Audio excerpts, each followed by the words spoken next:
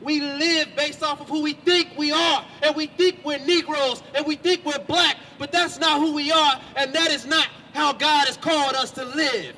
He has called us to live like the sons and the daughters of God.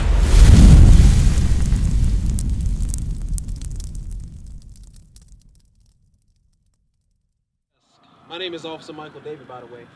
I heard you ask, if this is Christ right here, who is this right here? First Maccabees 3:48.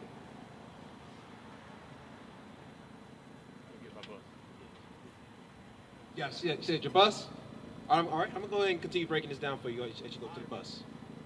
Okay, so First Maccabees 3:48.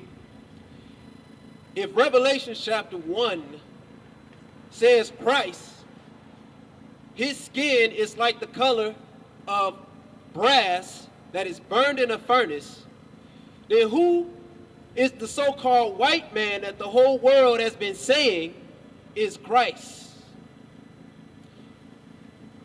Why is it that when they make a movie about Christ, Mel Gibson is the main actor?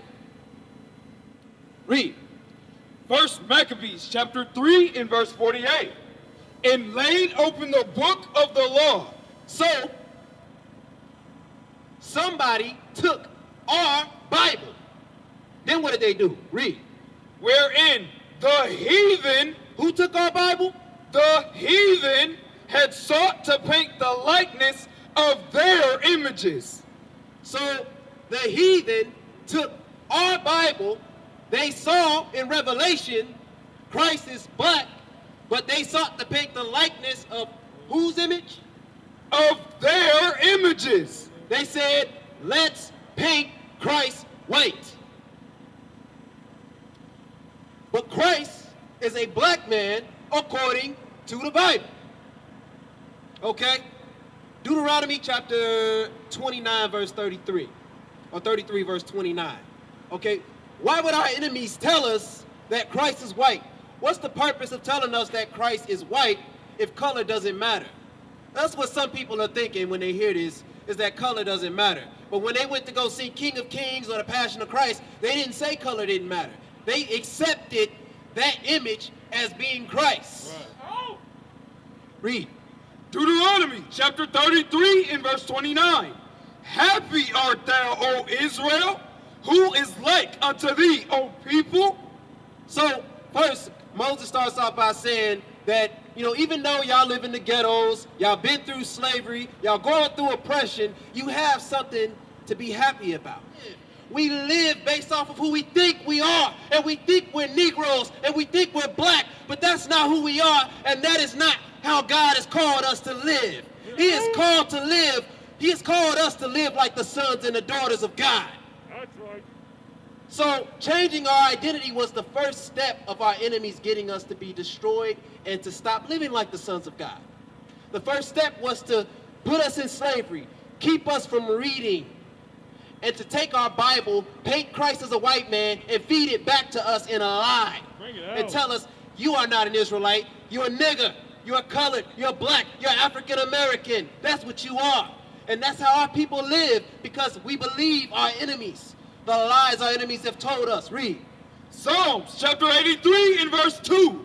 For lo, thine enemies make a tumult, and they that hate thee have lifted up the head. They have taken crafty counsel against thy people.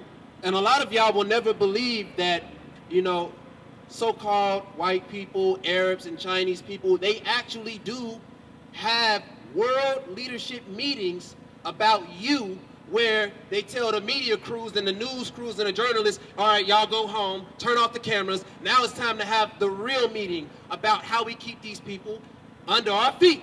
Because you make these people more money than any other race in the world. Read. And consulted against thy hidden ones. They have said, come and let us cut. Now hold on. It says these people come together to consult with each other about the hidden ones. Why are we hidden? What's hidden about us? Our nationality is hidden from us. Our identity as the true Jews and the true Israelites is hidden from us. The truth about Christ being black has been hidden from us. Read. Come and let us cut them. They have said, read, Come and let us cut them off from being a nation, that the name of Israel may be no more in remembrance. so that is why we don't remember. Whenever we ask people, what's your nationality? Y'all don't remember. You don't remember that your name is Israel. You don't remember, so-called African Americans, that your name is Judah. All you remember is what the so-called white man put on your birth certificate, which is a lie. And that's why we're out here. We're out here because it is our job to help you remember. Give me Deuteronomy 30. It's our job to help you remember that you are the people of God. And once you believe that, you'll start to live like it. Once we start to live, once we choose to live like the sons and daughters of God, the Most High God will step in and start changing our communities and our lives around. That is why, ever since the 60s, we've been fighting for changes that we have not seen to this day. That is why we still don't see a positive change amongst our people, because God is not helping us. God is not helping us because we have chosen not to try and remember who our God is and what our role is to serve him. Read. Deuteronomy chapter 30, verse 11. Verse 11. As a matter of fact, yeah, start at verse 1. Verse 1. And it shall come to pass, when all these things are come upon thee, the blessing and the curse, which I have set before thee, and thou shalt call them to mind among all the nations. Which is why the couple brothers before me, they mentioned things like so-called black people, sisters. Did black people go into slavery? Yes, they did. Did they put yokes of iron upon our necks? They put yokes of iron around our necks. Okay?